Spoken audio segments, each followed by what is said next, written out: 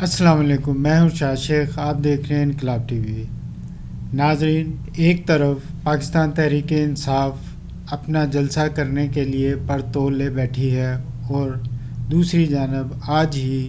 حکومت کی جانب سے قومی اسمبلی میں پیش کیا جانے والا پرامن اور امن عامہ ایکٹ 2024 کثرت رائے سے منظور ہو گیا ہے۔ ناظرین، پی ٹی آئی کے جلسے سے 2 دن قبل اس ایکٹ کو پیش کیا جانا اور اس کا منظور ہونا یہ ظاہر کرتا ہے کہ جیسے حکومت کو جو ہے وہ پی ٹی آئی کے جلسے سے کوئی خوف ہے، حکومت خوف زدہ ہے پی ٹی آئی کے جلسے سے، اور وہ اس پر اثر انداز ہونا چاہتی ہے، کیونکہ اگر آپ اس ایکٹ کی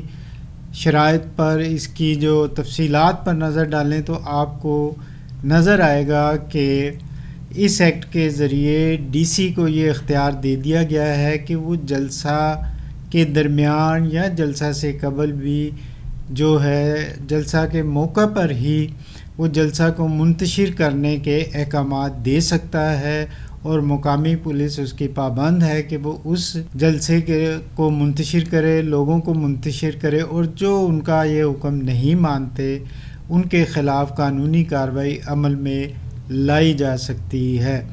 اور اس میں جو کہا گیا ہے کہ جلسہ گاہ کی جگہ جو ہے وہ ڈی سی ہی مقرر کرے گا جو گزٹ نوٹیفائی ہوگی۔ اب جو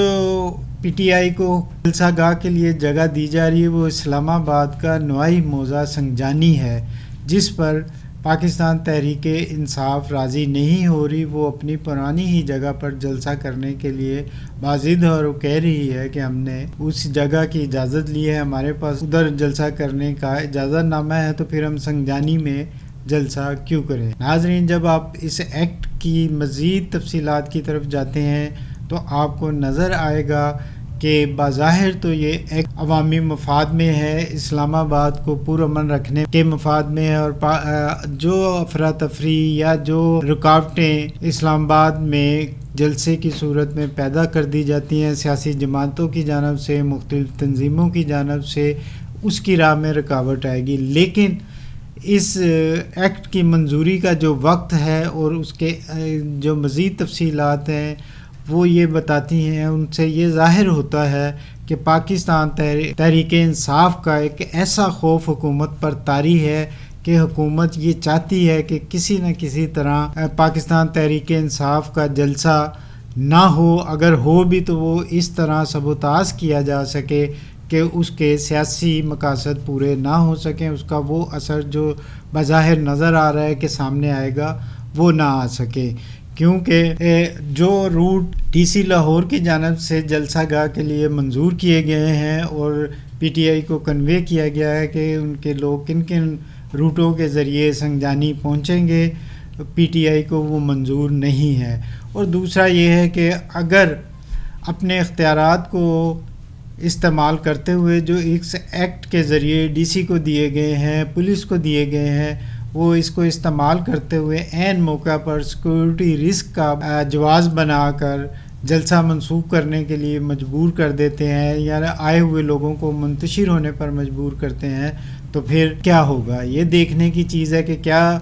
اس وقت پاکستان تحریک انصاف کے کارکن اس ایکٹ کے مطابق یہ احکامات مانیں گے یا نہیں مانیں گے، یا ایک نئی لڑائی شروع ہو جائے گی۔ بظاہر جو پی ٹی آئی کا رد عمل آ رہا ہے اس ایکٹ کی منظوری کے بعد اور ان کی جلسہ گاہ کی جگہ تبدیل کرنے کے بعد جو رد عمل آ رہا ہے، اس سے تو یوں ہی لگ رہا ہے کہ اس ایکٹ کی بنا پر حکومت اور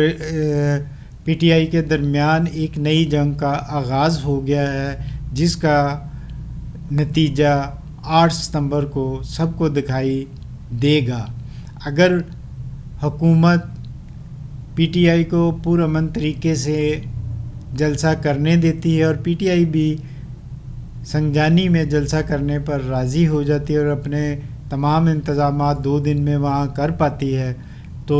پھر تو کوئی مسئلہ نہیں ہوگا۔ پھر یہی ہوگا کہ اگر پی ٹی آئی کا جلسہ کامیاب ہوتا ہے تو پی ٹی آئی اپنے مقاصد حاصل کرنے کی طرف ایک قدم آگے بڑھ جائے گی۔ اگر وہ لوگ اکٹھے کرنے میں کامیاب نہیں ہو پاتے تو پھر پی ٹی آئی کی مشکلات میں مزید اضافہ ہوتا چلے جائے گا اور حکومت کا رویہ ان کے ساتھ سخت ہوتا چلا جائے گا۔ ہماری جو بدقسمتی ہے پاکستان کی، ہماری پارلیمنٹ جو قوانین بناتی ہے، آپ گزشتہ 3-4 سال سے دیکھ لیں، ان میں سے کوئی ایک قانون عوامی مفاد کا نہیں ہے۔ ہر قانون کے پیچھے یا تو عمرہ کا یہ مخصوص طبقات کے مفادات چھپے ہوئے ہیں، یا انہوں نے اپنے تحفظات اور اپنی حکومت کو مضبوط کرنے کے لیے بنائے ہیں۔ آج بھی جو قانون منظور ہوا ہے اور جو سپریم کورٹ نے وفاقی حکومت اور صوبائی حکومتوں کی نیب میں ترامیم کے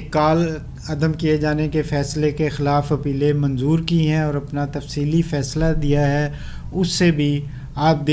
جانتے ہی ہیں کہ کن لوگوں کو فائدہ ہوا ہے اور مزید ہوگا۔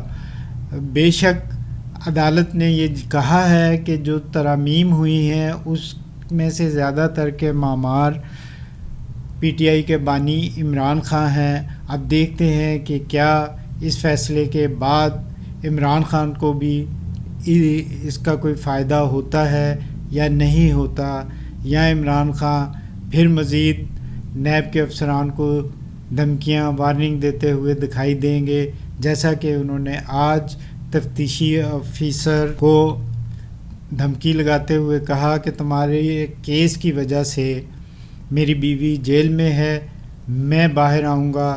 تمہیں اور نیب کے چیئرمین کو